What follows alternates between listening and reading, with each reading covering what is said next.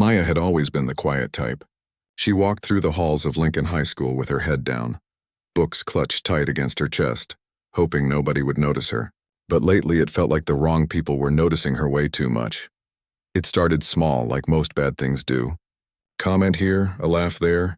Maya told herself she was just being too sensitive. After all, she was used to being one of only a handful of black students in her classes. She had learned to brush off certain looks and whispers that came her way. But this was different. This felt personal. The trouble began in September, just 3 weeks into her junior year. Maya was rushing to her chemistry class when she heard someone behind her making monkey sounds. She turned around to see 3 girls giggling and pointing at her hair. Maya had spent an hour that morning carefully styling her natural curls, and she felt proud of how they looked. But now heat rushed to her cheeks as the girls continued their cruel performance. "Did you hear that?" one of them said loud enough for Maya to hear. "I think there's a zoo animal loose in the hallway." Maya's stomach dropped. She quickened her pace, but their laughter followed her all the way to class. When she slid into her seat, her hands were shaking so badly she could barely hold her pencil. The ringleader was Kayla Richardson. She was everything Maya wasn't. Blonde, popular, and seemingly untouchable. Kayla had 2 sidekicks who followed her everywhere. Tiffany, a redhead with freckles who always seemed angry about something, and Madison, a brunette who rarely spoke but always had her phone out, ready to record whatever drama Kayla decided to start. Maya tried to convince herself that first incident was just a one-time thing. Maybe they were having a bad day. Maybe they'd move on to bothering someone else. But deep down she knew better. There was something in Kayla's eyes that told her this was just the beginning. Sure enough, the next week brought more problems. Maya was getting books from her locker when she felt someone bump into her hard, sending her papers flying everywhere. When she looked up, there was Kayla wearing an innocent smile. "Oh my gosh, I'm so sorry," Kayla said in a voice that didn't sound sorry at all. "I didn't see you there. You're so hard to spot sometimes." Tiffany and Madison erupted in laughter while Maya scrambled to pick up her scattered homework. A few other students walked by, but nobody stopped to help. Maya felt invisible and completely alone at the same time. The comments got worse as the weeks went by. They made fun of the way she dressed, saying her clothes looked cheap and weird. They criticized her hair constantly, no matter how she wore it. When she straightened it, they said it looked fake. When she wore it natural, they made jungle sounds. When she tried protective styles like braids or twists, they called her ghetto. Maya started spending her lunch periods hiding in the bathroom on the 2nd floor. It was quieter there, away from the crowded cafeteria where Kayla's voice seemed to carry over every conversation. The bathroom became her safe space, a place where she could eat her sandwich in peace and maybe get through one part of her day without feeling like she was under attack. At home, Maya's mom would ask about school, and Maya would give the same answer every time. Fine. She didn't want to worry her mother, who was already stressed enough.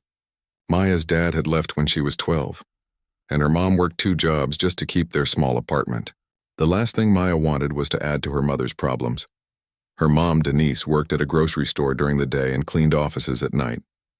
She was always tired, but she still made time to help Maya with homework and ask about her day. Maya loved her mother more than anything, which made it even harder to tell her what was really happening at school. "You're doing so well in your classes, baby," her mom would say, looking at Maya's report card with pride. "Keep this up and you'll get into any college you want." Maya would smile and nod, but inside she felt like a fraud. How could she be doing well when she spent half her time at school just trying to survive? How could she focus on her future when she could barely get through each day? The worst part wasn't even the mean comments or the name-calling. It was the way other students looked at her afterward. Some looked sorry for her, but they never said anything or tried to help. Others looked uncomfortable, like they wished they could disappear. And some didn't look at her at all anymore, as if she had become invisible.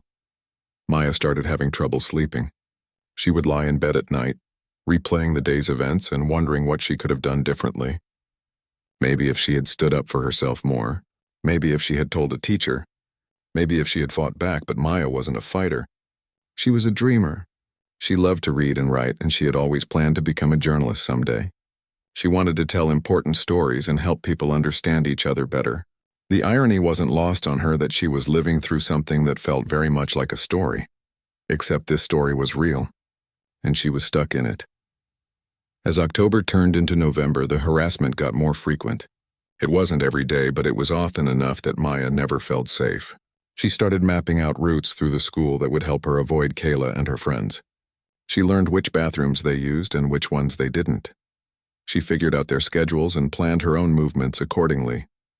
Maya became an expert at making herself small and unnoticed. She perfected the art of blending into crowds and disappearing around corners.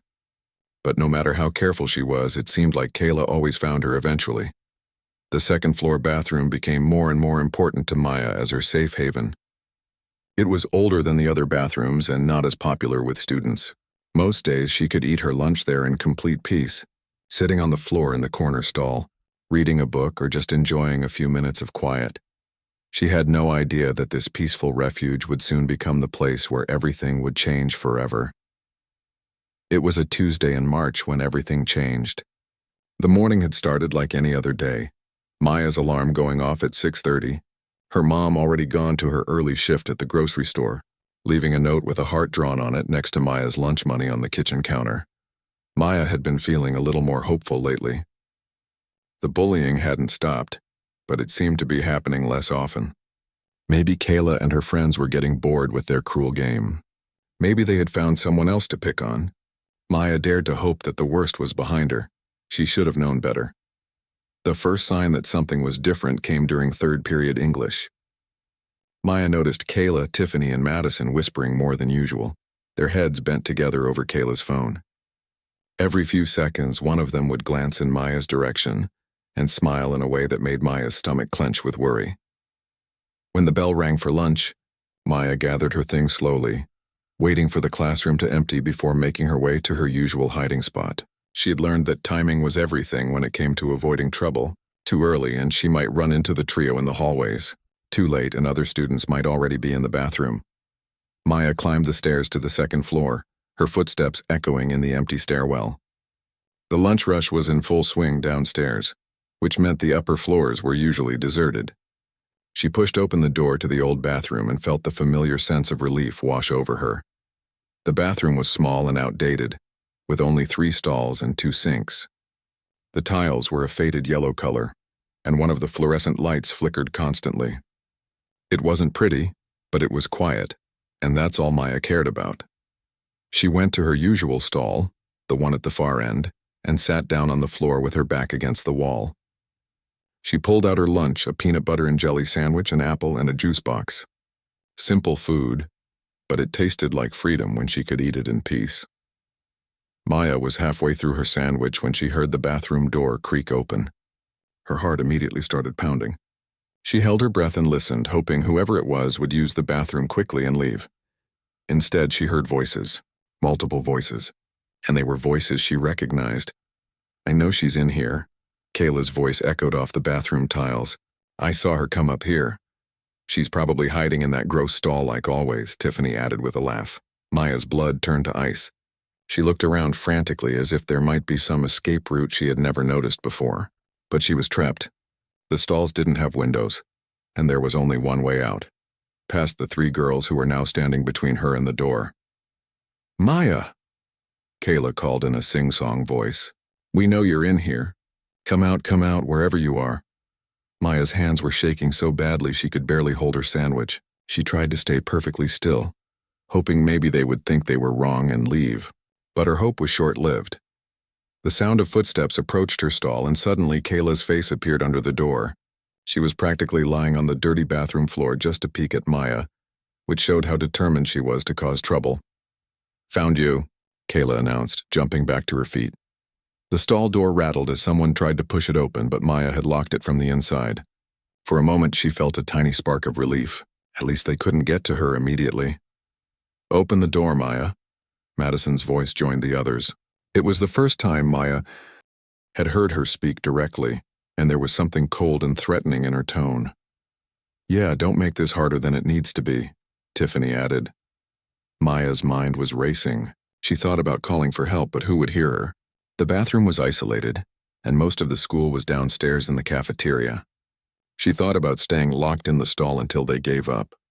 But something told her they weren't going to leave easily this time. "We just want to talk to you," Kayla said, but her voice had a sharp edge that made it clear this wasn't going to be a friendly conversation. Maya made a decision. She would try to leave quickly and get past them before they could stop her. She stood up slowly, trying not to make any noise, and carefully unlocked the stall door. The moment she stepped out, all three girls moved to block her path to the exit. Maya found herself trapped in a semicircle with the sinks behind her and no way out. "There she is," Kayla said with a cruel smile. "We've been wanting to have a little chat with you, Maya." Up close, Maya could see that all three girls had their phones out. The sight made her stomach drop even further. Whatever they were planning to do, they wanted to record it. "We're tired of seeing your face around here," Tiffany said, stepping closer. "This school was so much better before you showed up." Maya wanted to point out that she had been at Lincoln High just as long as they had, but her voice seemed to be stuck in her throat. She looked toward the door, calculating whether she could make a run for it, but Madison was positioned right in her path. "You don't belong here," Kayla continued, holding up her phone. "And we're going to make sure everyone knows it." That's when Maya realized what was happening. This wasn't just another bullying incident. This was planned. They had followed her here on purpose with their phones ready, intending to humiliate her in a way that would be permanent and public. Maya's fear began to mix with anger. She thought about all the months of harassment, all the times she had stayed quiet, all the tears she had cried alone in her bedroom. She thought about her mother working 2 jobs to give her a better life, and how ashamed her mom would be if a video of her daughter being humiliated went viral at school. Something inside Maya shifted. Without really thinking about it, she reached into her pocket and pulled out her own phone. If they were going to record this, then maybe she should too. Her hands were still shaking, but she managed to open her voice recorder app and hit the record button. "What are you doing?" Madison asked, noticing Maya's phone. "The same thing you're doing," Maya said quietly. Her voice was barely above a whisper, but in the small bathroom, everyone could hear her clearly. Kayla laughed. "You think anyone's going to care about your side of the story? You think anyone's going to believe you over us?" The cruelty in her voice was unlike anything Maya had experienced before. This wasn't just teenage meanness. This felt like real hatred. Maya didn't understand where it came from or what she had done to deserve it. "Please," Maya said, trying one last time to appeal to whatever humanity might be left in them. "I never did anything to you. Can't we just leave each other alone?" But her words only seemed to make them angrier. "Leave us alone?" Tiffany repeated. "You're the one who doesn't belong here. You're the one who should leave." The bathroom felt smaller than ever, and Maya realized that whatever was about to happen, there was no way to stop it. All she could do was keep recording and hope that somehow someone would hear her story. What happened next seemed to unfold in slow motion, yet Maya would remember every detail for the rest of her life. Kayla stepped closer, her phone held high, recording everything. The cruel words that came out of her mouth were the kind that cut deep and left permanent scars. "Nobody wants you here," Kayla said, her voice full of venom. "Look at your hair, look at your clothes, look at everything about you. You're different, and different doesn't belong at our school." Tiffany joined in, saying things that Maya's mind tried to block out, words that targeted not just her appearance but her race, her family, her very existence. Madison stood guard at the door, making sure no one could enter while keeping her own phone trained on Maya. Maya stood there, trembling but trying to stay strong. Her finger pressed firmly on the record button of her phone. She didn't say much back. What could she say? But she kept recording, some instinct telling her that this evidence might be important someday. The harassment continued for what felt like hours, but was probably only a few minutes. Maya felt tears starting to well up in her eyes, and she hated herself for it. She didn't want to give them the satisfaction of seeing her cry, but the emotions were too much to hold back.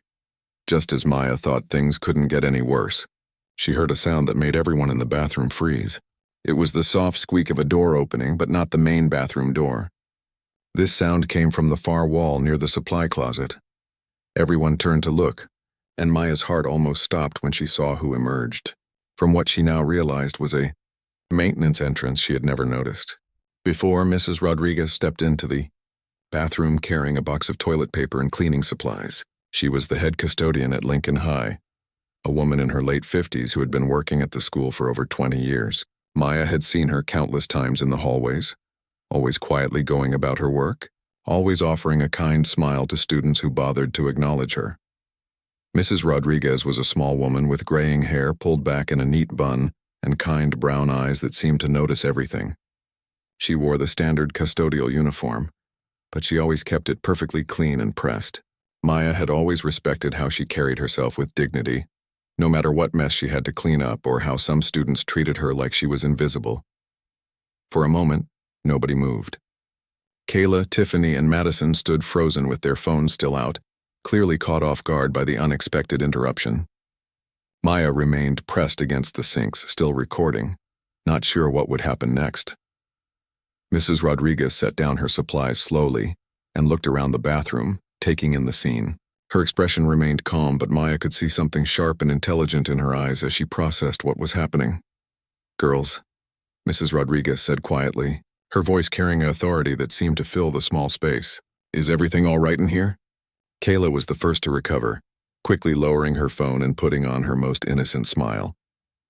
"Oh, hi, Mrs. Rodriguez. Yeah, everything's fine. We were just talking." But Mrs. Rodriguez didn't look convinced. Her eyes moved from Kayla to Tiffany to Madison, then finally settled on Maya. Maya could see recognition in the older woman's face, not just of who Maya was, but of what was really happening in that bathroom. "Talking," Mrs. Rodriguez repeated slowly, as if tasting the word. "That's interesting, because from where I was standing it sounded like something quite different." Maya's heart jumped. Where she was standing? How long had Mrs. Rodriguez been there? Had she heard everything? Tiffany shifted nervously. "We were just, having a conversation. Girl stuff." "Girl stuff," Mrs. Rodriguez echoed, and there was something in her tone that made Maya think she had heard that excuse before. "I see." The bathroom fell silent except for the constant flickering of the fluorescent light. Maya could feel her phone still recording in her pocket, and she wondered if she should stop it or keep it going. Mrs. Rodriguez walked slowly to one of the sinks and began organizing her cleaning supplies. But Maya noticed that she positioned herself so she could see everyone in the room. It was a subtle move, but effective. Mrs. Rodriguez said conversationally as she worked, "In my 23 years at this school, I've learned to recognize different types of conversations. There are friendly conversations, academic conversations, problem-solving conversations." She paused and looked directly at Kayla. "And then there are conversations that aren't really conversations at all." Kayla's cheeks turned red, but she maintained her innocent act. "I don't know what you mean, don't you?" Mrs. Rodriguez asked gently. "Because I've been working in this school long enough to know the difference between students talking and students being cruel to each other." Madison finally spoke up, her voice defensive. "We weren't being cruel. Maya's just being sensitive." Mrs. Rodriguez turned her attention to Madison, and Maya saw something in the custodian's eyes that reminded her of her own mother when someone tried to lie to her. "Sensitive," Mrs. Rodriguez repeated. "That's another interesting word choice." She finished organizing her supplies and faced the group directly. "May I ask what you were recording on your phones?" The question hung in the air like a challenge. Maya watched as the three girls exchanged glances, clearly not prepared for this line of questioning. "We weren't recording anything," Kayla said quickly, but her phone was still visible in her hand. Mrs. Rodriguez nodded slowly. "I see, and Maya?" She turned to look at Maya with kind eyes. "How are you doing, sweetheart?" The simple question, asked with such genuine concern, nearly broke Maya's composure completely. Here was an adult who was actually asking how she was, who seemed to care about her well-being, who wasn't dismissing what had happened as just kids being kids. Maya started, but her voice came out as barely a whisper. She cleared her throat and tried again. "I'm okay." But Mrs. Rodriguez seemed to hear everything Maya wasn't saying. Are you sure about that?" Maya looked at the three girls who had been tormenting her, then back at Mrs. Rodriguez. For months she had kept silent about what was happening to her. She had protected her tormentors by not telling anyone, had suffered alone rather than caused trouble. But something about Mrs. Rodriguez's presence, something about the way she was looking at Maya with such understanding and concern, made Maya want to tell the truth for once. "No," Maya said softly. "I'm not okay." Mrs. Rodriguez nodded as if this was exactly what she had expected to hear. "I didn't think so." Kayla stepped forward, panic starting to show in her voice. "Look, Mrs. Rodriguez, this is all just a big misunderstanding. We were just joking around with Maya. She knows we didn't mean anything by it." but Mrs. Rodriguez held up a hand to stop her. "That's enough, Kayla. I think I've heard quite enough." The authority in her voice was unmistakable now. This wasn't the quiet custodian who cleaned up messes and stayed in the background.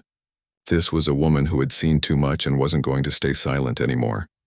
"I think it's time for you three to return to the cafeteria," Mrs. Rodriguez said firmly. "Now." For a moment it looked like Kayla might argue, but something in Mrs. Rodriguez's expression convinced her otherwise.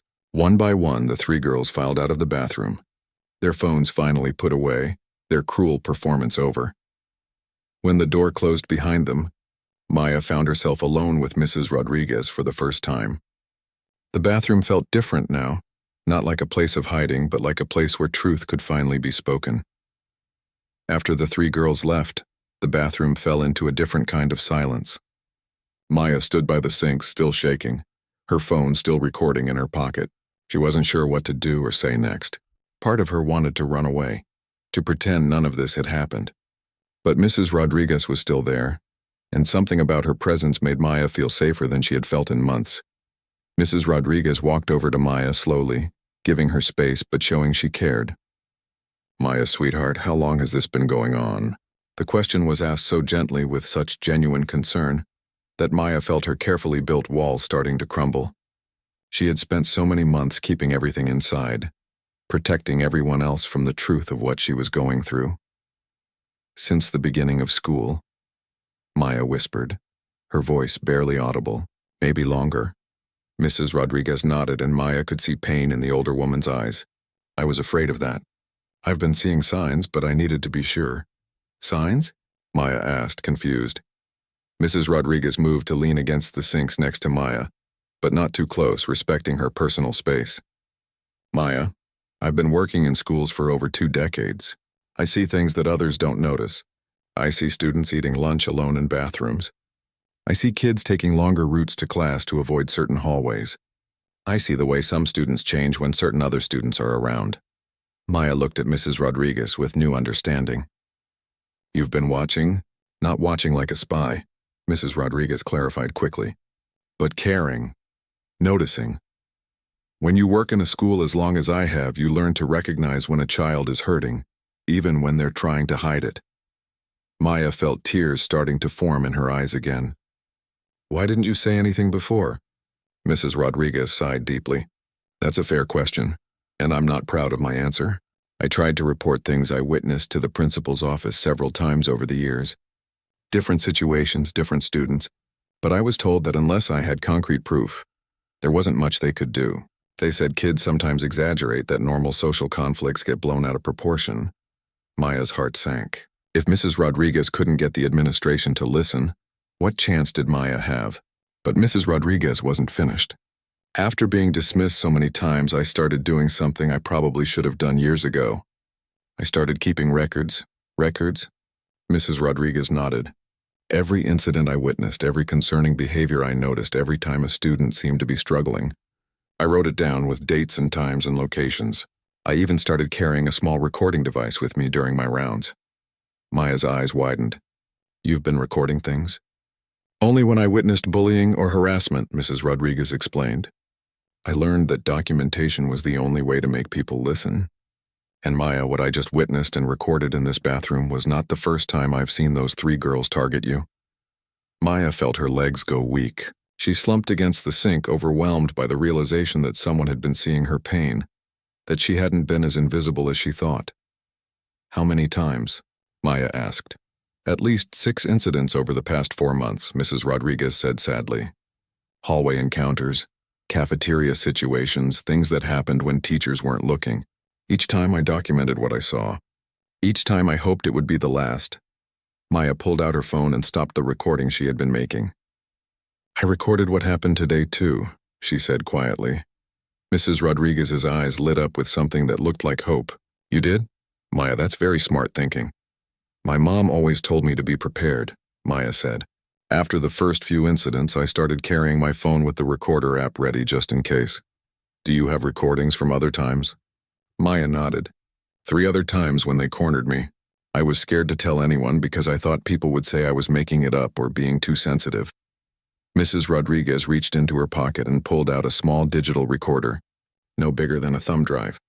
Maya, I want to tell you something important. You are not too sensitive. You are not making anything up. What those girls have been doing to you is wrong, and it's not your fault. For the first time in months, Maya felt like someone truly understood what she had been going through. The relief was almost overwhelming. What happens now? Maya asked. Mrs. Rodriguez thought for a moment. Now we make sure the right people hear our evidence. But first I need to ask you something important. Are your parents aware of what's been happening? Maya shook her head. My mom works 2 jobs. She's already so stressed, and I didn't want to make things worse for her. I kept hoping it would just stop on its own. Maya, your mother loves you. This information won't make things worse. It will help her understand why you might have seemed different lately. Has she noticed any changes in you? Maya thought about all the times her mom had asked if she was okay, all the concerned looks she had given Maya at dinner, all the nights Maya had claimed she was just tired. Yeah, Maya admitted. She's been worried about me, but I kept telling her everything was fine. Mrs. Rodriguez pulled a small notebook from her other pocket and flipped through several pages. Maya, I want to show you something, but I want you to know that you're not alone in this. I have documentation of similar situations happening to other students too. She showed Maya a page filled with neat handwriting, dates, and short descriptions. Maya could see entries about other students being harassed, other incidents that had been dismissed or ignored. This is bigger than just what's happening to you, Mrs. Rodriguez explained. There's a pattern of behavior in this school that's been allowed to continue because people weren't listening or didn't have enough proof. Maya felt a mix of sadness for the other students who had suffered and hoped that maybe finally something could be done about it. What's the next step? Maya asked. Mrs. Rodriguez closed her notebook and looked directly at Maya. The next step is we contact your mother and arrange a meeting with the school board. Not the principal, we've tried that route before. We go straight to the people who have the power to make real changes. Maya felt a flutter of fear in her stomach. What if they don't believe us either? What if nothing changes? Mrs. Rodriguez smiled for the first time since she had entered the bathroom. Maya, I have 23 years of credibility at this school. You have clear recordings of harassment. Together we have documentation of a pattern that can't be ignored or dismissed. This time will be different. Maya looked at this woman who had been quietly protecting students for years, who had been gathering evidence and fighting battles that no one else knew about. She thought about all the other kids who might be suffering the way she had been suffering. Okay, Maya said, her voice stronger than it had been all day. Let's do it. Mrs. Rodriguez reached out and gently squeezed Maya's shoulder. You're braver than you know, sweetheart, and you're about to help a lot of other students who are going through the same thing you've been going through. As they prepared to leave the bathroom together, Maya realized that her safe hiding place had become something else entirely. It had become the place where she found her voice, where she discovered she wasn't alone and where she decided to fight back. Not just for herself, but for every student who deserved to feel safe. At school. That evening, Maya sat at her small kitchen table with her mother and Mrs. Rodriguez, 3 cups of coffee growing cold as they listened to the recordings together. Maya watched her mother's face change from confusion to anger to heartbreak as she heard the cruel words her daughter had been enduring in silence for months. Baby, why didn't you tell me? Denise asked, tears streaming down her face as she pulled Maya into a tight hug. I didn't want to worry you. Mom, you already work so hard and I thought maybe I could handle it on my own. Denise held her daughter tighter. Maya, nothing is more important to me than your well-being. Nothing. We're going to fix this. Mrs. Rodriguez spread her documentation across the table, pages of notes, dates, times, and her own recordings from various incidents throughout the school year. Denise, I want you to know that Maya isn't the only student this has happened to. I have evidence of at least 12 other incidents involving different students over the past 2 years. Maya's mother looked at the papers with amazement. You've been keeping track of all this? When the administration wouldn't listen to verbal reports, I decided to create a paper trail they couldn't ignore, Mrs. Rodriguez explained. Maya's situation was the final piece I needed to build a case strong enough to demand action. The next morning, instead of going to the principal's office as students usually would, Mrs. Rodriguez and Maya's mother requested an emergency meeting with the school board. They brought printed transcripts of the recordings. Mrs. Rodriguez's detailed documentation, and Maya's own written account of the months of harassment. The school board meeting was held in a small conference room with 5 board members, the superintendent, and the principal, who looked very uncomfortable when he realized what the meeting was about. Mrs. Rodriguez presented the evidence methodically, like a lawyer making a case. She played selected portions of recordings, showed her detailed logs, and explained how she had repeatedly tried to address these issues through proper channels without success.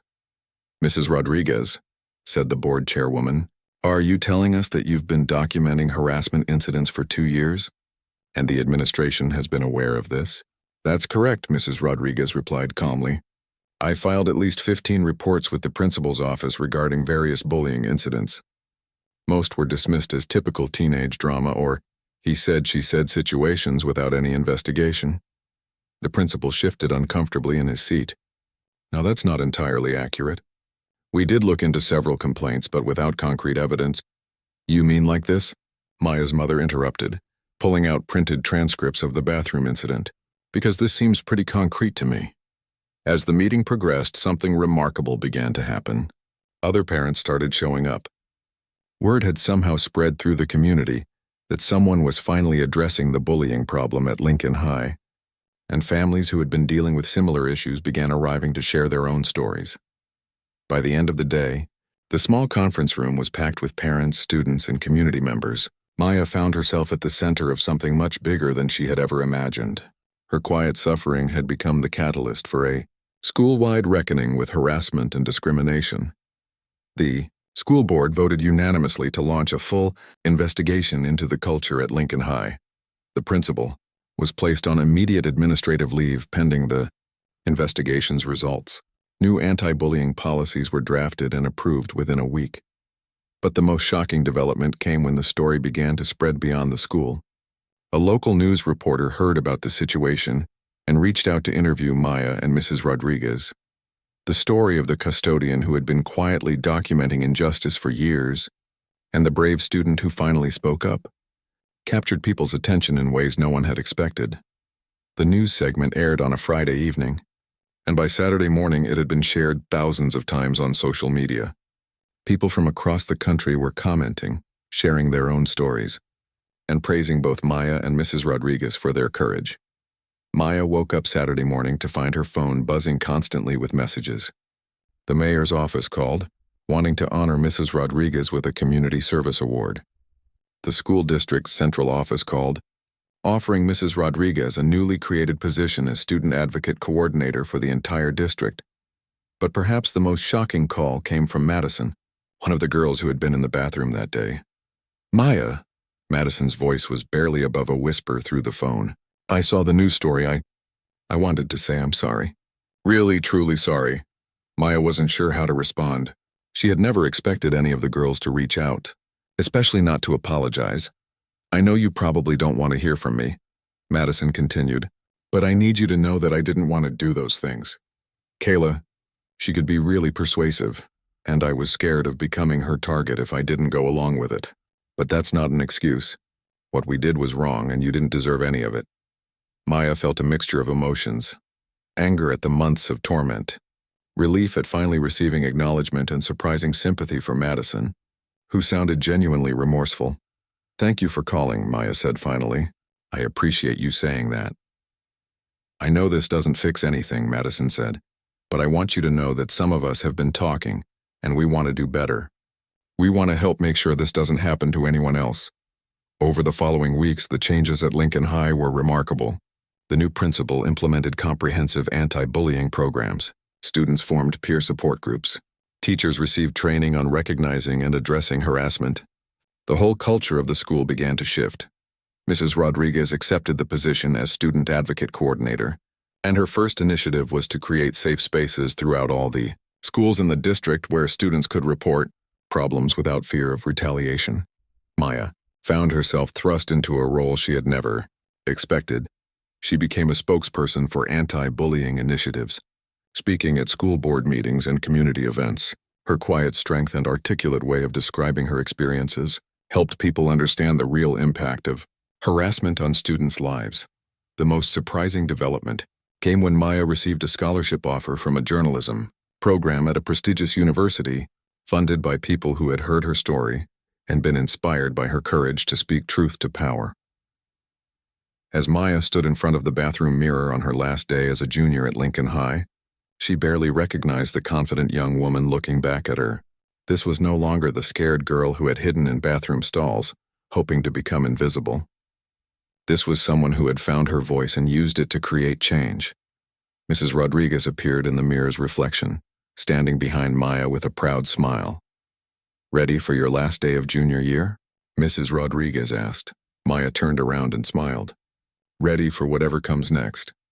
And for the first time in a very long time, Maya truly meant it. She had learned that sometimes the most powerful thing you can do is refuse to suffer in silence, and that speaking your truth, even when your voice shakes, can change not just your own life, but the lives of countless others who are waiting for someone to be brave enough to go first.